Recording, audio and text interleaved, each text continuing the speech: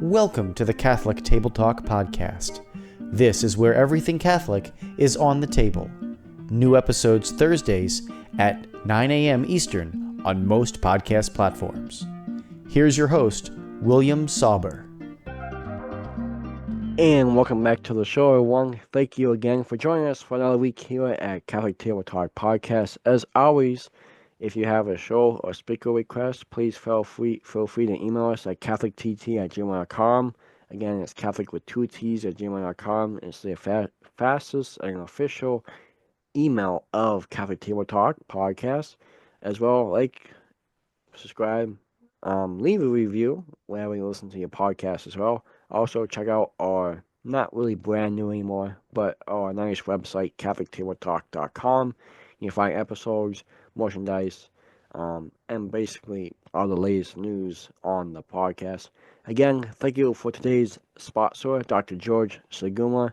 Dr. George Saguma is a family physician and medical doctor. He practices on holistic health and healing. He visits prisons and gives the good news to prisoners and helps them out that way. And prayers to him because he is going through some tough times with his health. So thank you and prayers to you, Dr. George Saguma, for sponsoring today's episode. Again, find him at drgeorge.com. All right. Today we're kind of doing a thing a little bit different. We have a guest on making his debut here on the show, but we're kind of doing this a little different. We're going to talk about the top 3 Catholic stories in the world right now today as we see them. And again, this is we're going to go with his top 3 with my guest. I'm going to go with top 3 with myself. We'll have a little discussion on it. So it's more a discussion instead of back and forth questions. But we'll first got to get to know the guest before we have him on. And we'll talk more about his show because he does have a podcast show as well. His name is Jeff Garrett, and he is the host of the Regular Catholic Guy Show.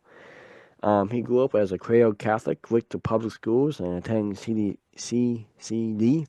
And like many of us, perhaps, he, don't really get much out of CCD, I should say. And he went, got older and kind of started attending Mass more again after a while. And now he has 4 great children. And he, like I said, he has a podcast you can find pretty much anywhere. It's the Regular Catholic Guy Show. And, again, so looking up guests, and his show stuck out, so I flipped him an invite. He said yes pretty fast. And let's welcome to the show, Jeff Garrett, the host of the Regular Catholic Guy Show. So again, Jeff, thank you very much for your time and for what you do on the Regular Catholic Guy Show. Thanks, William. Thank you for having me on the show. Absolutely. So, before we get into our top 3, top stories of the Catholic faith today, Jeff, let's, again, just as an act of generosity towards you and your show coming on, taking your time tonight, can you just talk a little bit about yourself and your great podcast? Sure. First of all, I've added on to those grandchildren. Well, Really? I haven't, but my kids have. Okay. My wife and I have 4 children. We've been married for 36 years. Wow. And we have 8 grandchildren. One's in heaven now, so 7 that are living. And the Regular Catholic Guy Show has 237 episodes that have been recorded. Okay. So it's been around for a little while. And the show is targeted towards men that don't know much about their faith, and also targeted towards men that have left their faith. And I feel we've been fortunate enough to educate a lot of men in the faith. In fact, a lot of our listeners are also women, but it's called the Regular Catholic Guy Show. So women learn too. And there have been some stories, William, of people that have actually returned to the church from listening to the show. So that's been a true blessing of the show. Right. I bet that's when you hear stories like that, it makes you really feel moved with what God's doing in you. So absolutely. Yeah.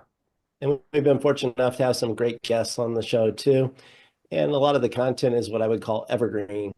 So you can listen to the shows at any point in time in the future or in the past, and they're going to be just as if they were today. Really? True Catholic teaching.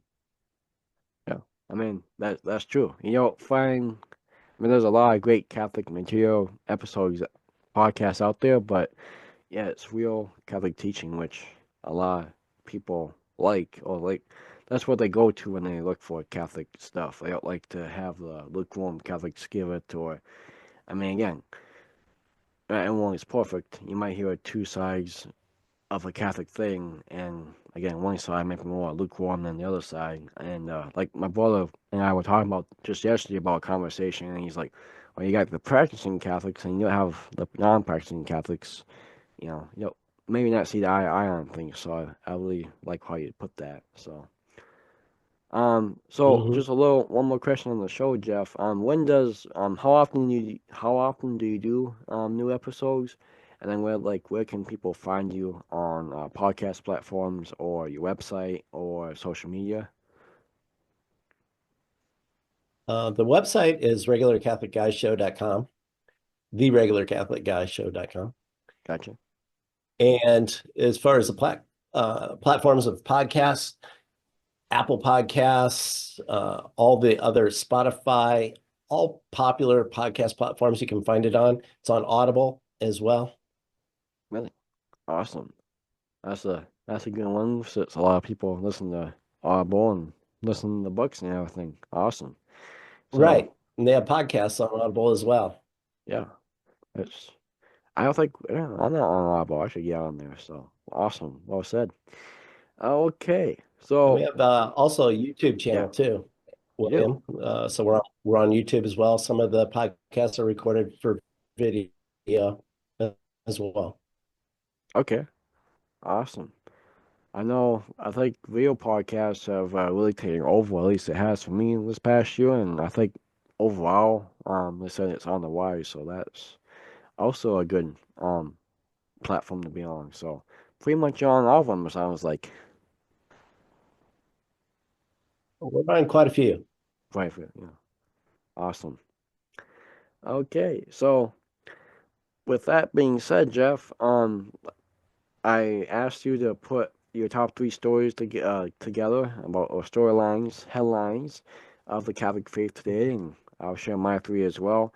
Um, I'll let you do the honors of going first. Sure. I took a little bit of look more so at the United States rather than worldwide. Sure. And these really tie into the world as well. But if I look at the first thing, William, the first thing I see is the decrease in the number of people that are attending Mass. And I see this more so after COVID. Yeah. When the churches closed down with COVID, it's been hard to get people back to Mass. We're slowly seeing people come back to Mass, but it's taking a lot of time, and there's still some people that have never come back. So a great evangelization opportunity there. Right. There is. And then Um, Go go ahead. ahead. No, I was gonna say my one was kind of not similar, but was the wise of young Catholic men who are more increasing the faith or coming back to the faith. Not again, this is young, just mostly young Catholic men. There's been a lot of good polls that showing that they're getting stronger in the faith. So to say, because think of a regular household as maybe the man of the house is not so much in his faith. He's more in the hard work, taking care of the family. Then you got the wife who's more rooted in the faith and kind of keeps the family more together. And then you got the kids. But these young Catholic men who are, getting married, coming out of college or in college even, they're really rooted in the faith, and that's hasn't really been the craze. So that's top story for me. Mhm. Yeah, we are seeing that. Uh, Yeah, we've seen things like the Bible in the year. I, That was a really popular podcast, right? yeah, And then we've seen Catechism in the year now. And now, did you know that Rosary in the Year was the number one podcast over the last couple of weeks? I saw it hit that 1 week. I didn't So know it was several. Yeah, a couple. yeah, so those type of things happening have the ability to attract men to the Catholic faith. And then you get things like you have Jordan Peterson that's out there, and his wife's a recent convert Right. to the Catholic faith. She has an amazing story. And Jordan Peterson is followed by a lot of a lot of young men. And then if you look at like Joe Rogan, he's had a lot of guests on that talk about faith, talk about God. So those type of things I think intrigue young men, especially ones that have fallen away from the faith, and they start to hear about it, especially in a positive light, and it attracts them back to the faith. So there are a lot of good positive things happening as well. Right. Right. No, well said. Um, again, I'm not taking back what you said because I do. I mean, ever since COVID, that that has changed. I mean, just in my church as well, in my former church now, but it has really just changed. And you hear people a lot, or you see people a lot, and they're like, "Well," I'm like, "Why do I see you in church?" Or you work with people, and they're like, "Well, I'm Catholic." Okay, how long has it been since church? Well, a few years. And you're like, "Oh, okay," So it it is a problem because a lot of people are not coming back. So I guess one point to that, or one question I have for you, Jeff, on that is like, being older, being more, I feel more knowledgeable Catholic than I am right now. How can we get more people back in the church? Just random question, I know, but One of the ways, William, is inviting people back into the church. So if you know sure, someone that isn't attending Mass, personally invite them. Hey, sure, what are you doing on Sunday? Would you like to go to Mass? If you have a neighbor that you know that isn't going to Mass, invite them. That's, I right, think, the simplest way to do it. And then that's evangelizing, right? yeah, And then if they say, no, I don't think I really want to go, just go deeper with that. What took you away from the church? What's the reason that you might not want to go to Mass or aren't going to Mass? And learn right. more about their story. That's true. I mean, because there could be multiple reasons why they left, or just one, and it could be Mhm. personal, it could be something in the faith, which could be. This is kind of, I mean, it's not really the full reason why, but it is a good thing that we're bringing up these Catholic stories, topics, because some of them might be hurtful, like what you said with people living. Some people might relate to that, so, yeah, Or it's a just good plain got out thing. of the habit. Yeah, could it could, yeah, absolutely. So, all right, Jeff, what's your second story of the Catholic faith today? The second one that I think is really important is the vocation crisis. Oh, sure, And if we look at the number of priests that are retiring right now compared to the number of new priests that are coming in, the numbers are staggering. And there's a lot more that are leaving, retiring, than there are those coming in.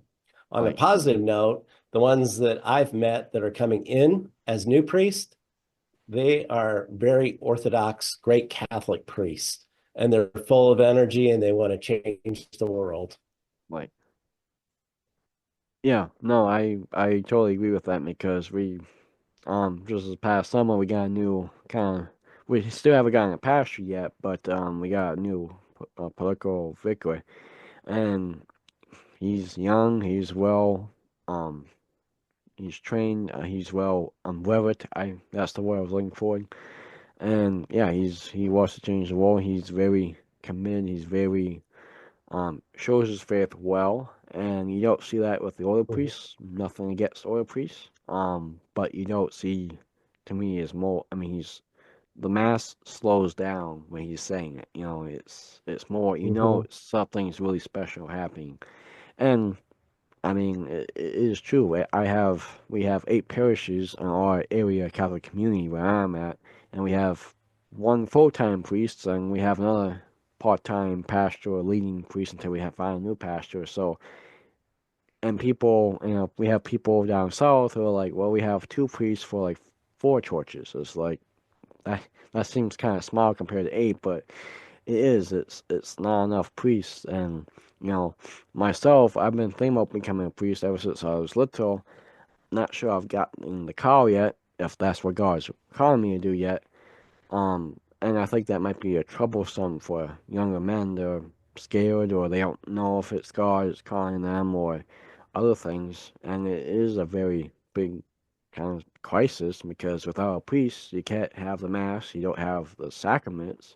Um, and I mean, again, the talks with should priests be married, can women be priests, and I mean, all that's a whole different discussion, even. But yeah, it is a crisis. And it's something to pray about for sure. So, And we're seeing a lot more parishes across the country consolidate. Like like, you said, you have eight parishes and you have two priests. yep, So in some areas, we're seeing actually that they're actually closing parishes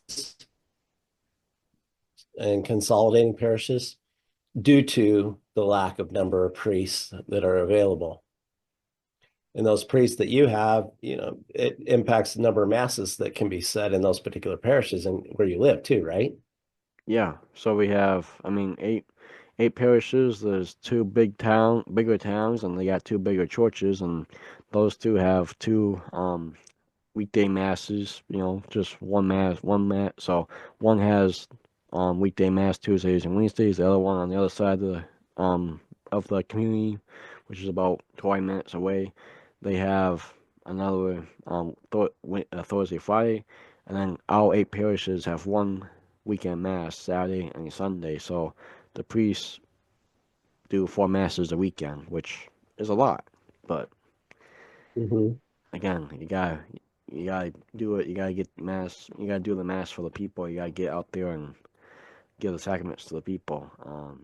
So yeah, So we have two choices in this instance. One is you close parishes and consolidate them, which, like I said, a lot of dioceses are doing right now. Or two, you more young men go into the priesthood. like and I think Jeff And too. all we can, yeah, go Go ahead. ahead. No, I was just sorry interrupting. But I think going back to what you're saying about people leaving the churches is when you don't get young men being priests, and you have these dioceses consulting or closing down parishes, that also gives, I think, people turning away from the faith because, well, they close my little parish down. I'm not driving 25 miles to the other parish or the bigger parish, especially in winter, because, dang, Jeff, it gets kind of cold in Minnesota right now. I'm not driving that far in winter, so that has effect, I think, on people as well, going to attending mass. It certainly can. Yeah. And finish your point on what you were saying. I think we should pray for young men to enter the priesthood. Right. It's one of the things we can do. And the other thing that we can do is we can invite young men. And if you see somebody that looks like they might have a potential interest, is just say, have you ever thought of becoming a priest? Right. No, absolutely. Okay, so my second headline was, I think this is worldwide. I think a lot of people can relate to it. It's abortion, right? You have a lot of Catholics who are Mhm. pro-choice, even pastors who are priests who might be pro-choice. And I I mean, just the other day I saw something on social media saying, pro-choice Catholics are just as faithful, and you're like, okay, that's not true. That's false, and that's totally against what the church teaches. And you have women against, and you have wives or girlfriends against the boyfriends, and it's really just messed up. I mean, it's a big thing that this past election we had here it was a big topic was on abortion rights, abortion, if you get the rights or not, whatever.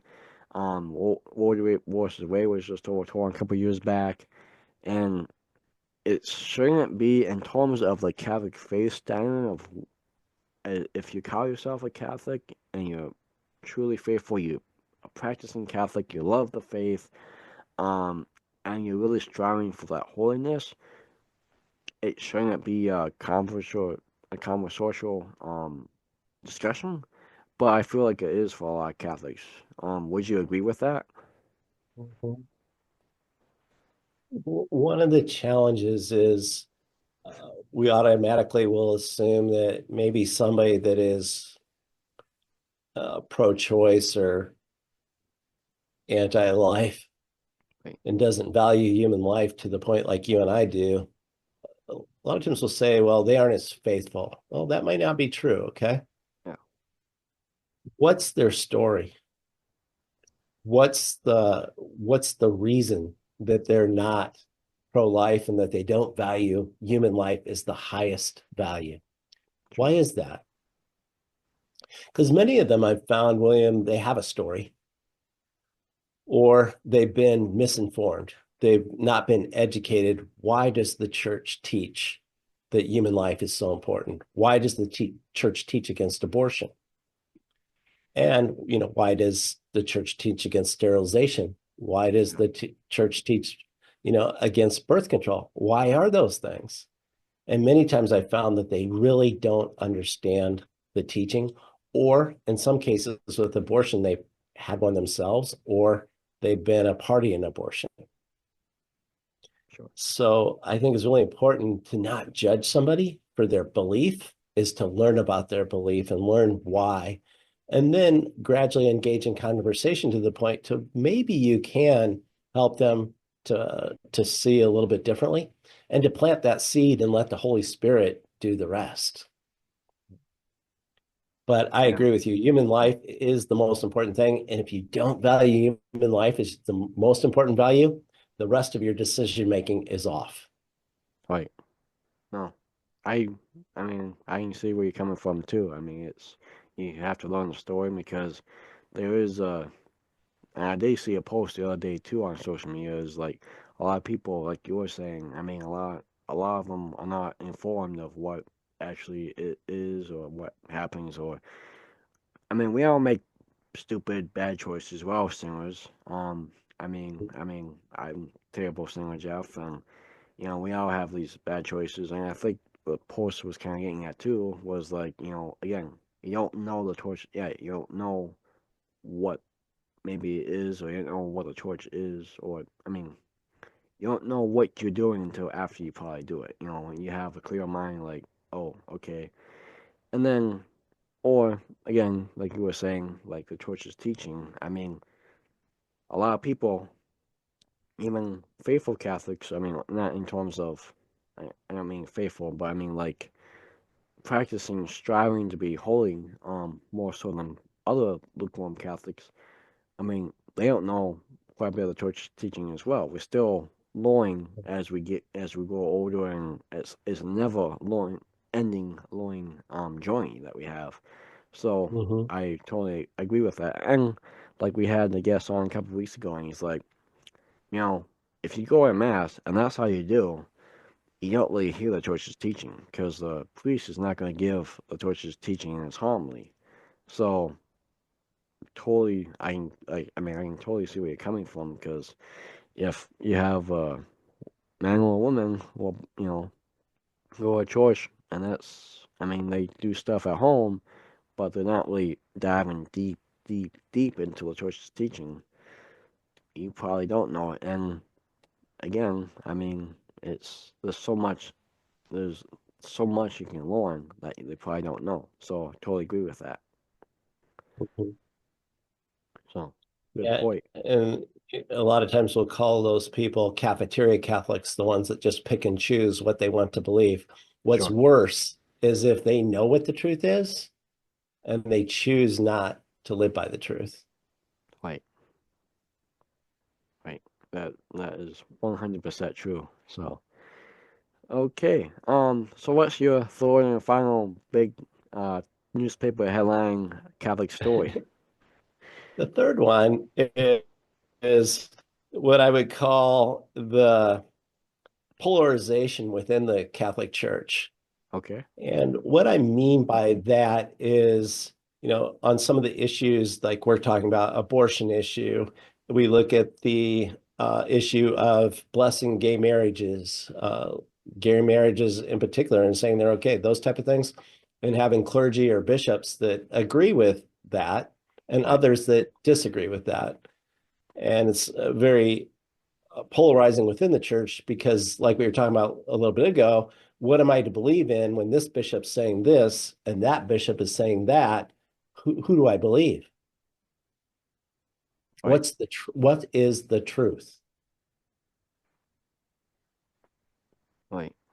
Yeah. I mean, and that's very, very true. I mean, even in confession, if you, I mean, that's bishops, priests. I mean, if you're pop wrong, you might, if you confess the same thing twice in 2 weeks and two different priests and two different confessions, you might hear the different outcome as that. And that's, in terms of that spiritual life as well, you're kind of like, okay, he said this might be more okay than this one said over here. So which one is it? So, but yeah, I mean, talking about, like you said, gay marriages, blessings, who do you trust? Who's telling the truth? And then, so again, just a random question here, Jeff, with that point is that just a lack of teaching? Is that have those bishops' hearts or priests' hearts torn more away from the faith? What do you think what that's the cause of? I can't really answer that question, William. They're the Sure. only ones, and Christ knows their hearts. God knows their hearts. I don't know their hearts, but Right, somewhere along the line, some of the bishops have gotten off track and aren't teaching the truth. right. No, totally, totally Not agree. not And all. For the vast majority are very good, but unfortunately, some of the ones that are teaching non-truths are in very high positions and have very powerful voices, right, and I which think creates that polarization. no, it does. I seem like I keep cutting you off, Jeff. I don't mean to be cutting you off here if I am. We can talk more. We can keep going as well. We're doing okay on time. But I was just gonna say, like, I feel like this is why I think maybe Christ called us together, you and I, because we tend to, I mean, again, us being two great, or not again, not great, well, both singers, Catholic men here, um, but kind of seeing eye and eye on these topics because my third one was Pope Francis, right? Going back to what you said with the bishops and priests about gay marriages and blessings, I mean, and people who have, who has power voices, so to say, that's Pope Francis. Um, One guy from college, when I was in college, one of my good friends, and he's like, he's a pastor, and he's like, what do you think about Pope Francis? He's not really Catholic, is he? And I'm like, well, no, not some of his choices. No, I mean, some of them you kind of like, what do you say? But I mean, it's like you still have to pray for him. You still have to hear what he's saying. You don't have to, in terms of, I mean, you're not agreeing with everything he says or following everything he says because it's not with the church teachings. Like the gay pilgrimage is next year. He's blessed or whatever. The thing is there. It's like you gotta pray for that. You gotta pray for him. I mean, he's still leading the Catholic Church. You're not gonna, and it's not really. I mean, our duty or job or however you want to put it is maybe so kicking him out. I don't believe someone put it, but you still have to pray for him and pray for everyone beneath him because that might trickle down to the bishops or the priests as well, or they might second guess or second think things, maybe perhaps I don't know. But again, that was my third story was Pope Francis and some of his decisions he has made, which he's been Pope now for what about 10 years, about that, a little give or take. So, and people are like, well, we should get a new Pope. It's like again, what do you have to say with that, Jeff? If people say we should get a new pope, he's not living up to Catholic Well, standards. there have been a lot of popes, and we've Yeah, had great popes, we've had good popes, and we've had bad popes over history, and we've right, had anti-popes over history. So we've had the full gamut, but the church has survived, right? Yeah. And the church will survive into the future no matter who the pope is. Like, And in time, there will be a new pope. like, Because last time I checked, Pope Francis is a pretty old guy. mm-hmm. So he won't be around forever. So there will be another pope coming. But as you said, William, we have to pray for Pope Francis. It's a very difficult position. I don't know that he always gets the best advice from the people that surround him. And I don't think interpretations sometimes are the greatest. And he does say some things that baffle me. But Yeah. he is the Pope, and he is in the chair, Peter, for now. Like, absolutely. Yeah. And we should pray for him every day. Absolutely. Yeah. And I mean, it's almost kind of like maybe being a young child and your dad's talking to you, and you might get baffled by what again you have to follow. I mean, I'm not kidding. Pull off that.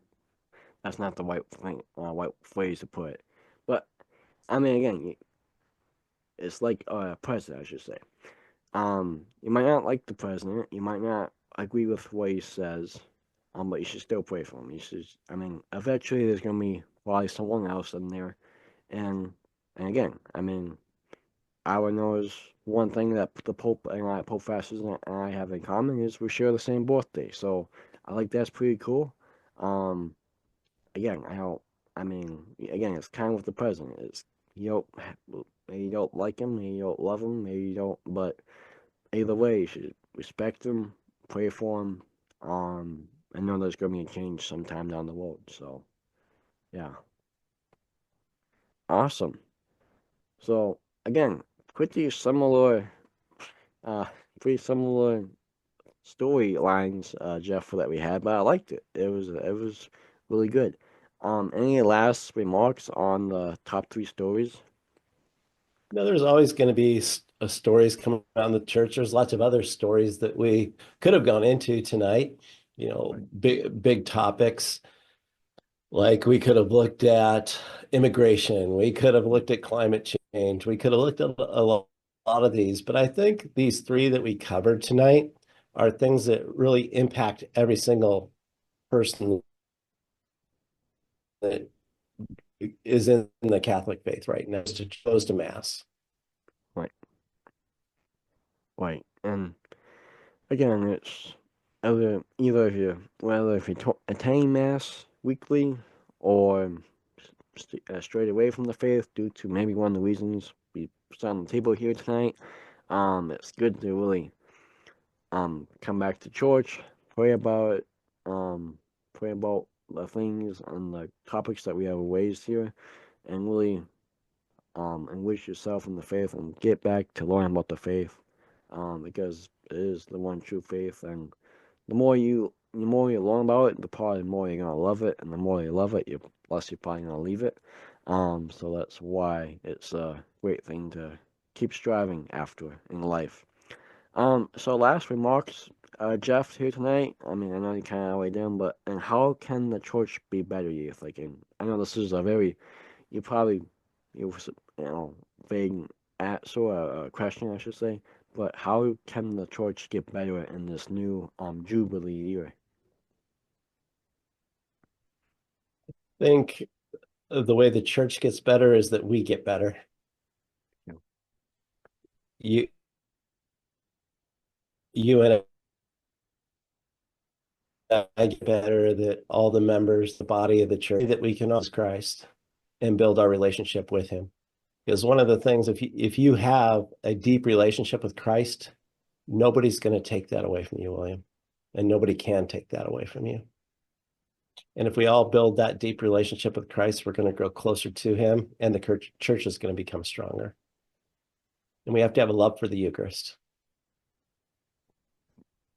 Yeah, because that's absolutely, his body, blood, soul, and divinity. absolutely. Yeah, it's you know actually, I mean, I felt this a couple weeks ago. I attended daily mass, and just that love for the Eucharist kind of I was I was satisfied with what when I received them, and I wanted more. So it's a hunger that never really ends for him, and you can do that by, again, like I always say at the end of the show, it's stay in say grace, go to sacraments, and you keep that hunger going. And like you said, no one can take it away from you with that relationship with Christ, which is outstanding. That's what we need in the world more today. So, wait. Jeff Garrett, again, thank you for your time today. Thank you for coming on the show. Thank you for your wisdom, advice, and your top 3 headlines. I found them really, very useful, and I said you have some great advice and great intel, and keep doing what you're doing at the regular Catholic Guy Show. All right. Thanks, William. God bless you. God bless you too, sir. All right, that's Jeff Garrett. I almost called him Pat Garrett there. Good thing. Yeah, Jeff Garrett on the regular Catholic Guy Show. We'll have the website linked to his website down in the show notes, so it's easier to access for you listening on at home. All right, everyone. Again, go to the sacraments so you can stay grace. Again, it's the best state to live in. And again, if you see someone who has not been to Mass lately, ask them to come back. Ask them maybe why they've strayed away. Ask them maybe the most important, but yet hardest topic to talk about on the faith. Have a conversation with them about that. That could be a good thing as well. So we'll see you next week, everyone. God bless. Thank you for listening to this week's episode of the Catholic Table Talk podcast, where everything Catholic is on the table. Don't forget to subscribe to Catholic Table Talk on your favorite podcast platform to get new episodes delivered directly to you every Thursday at 9 a.m. Eastern.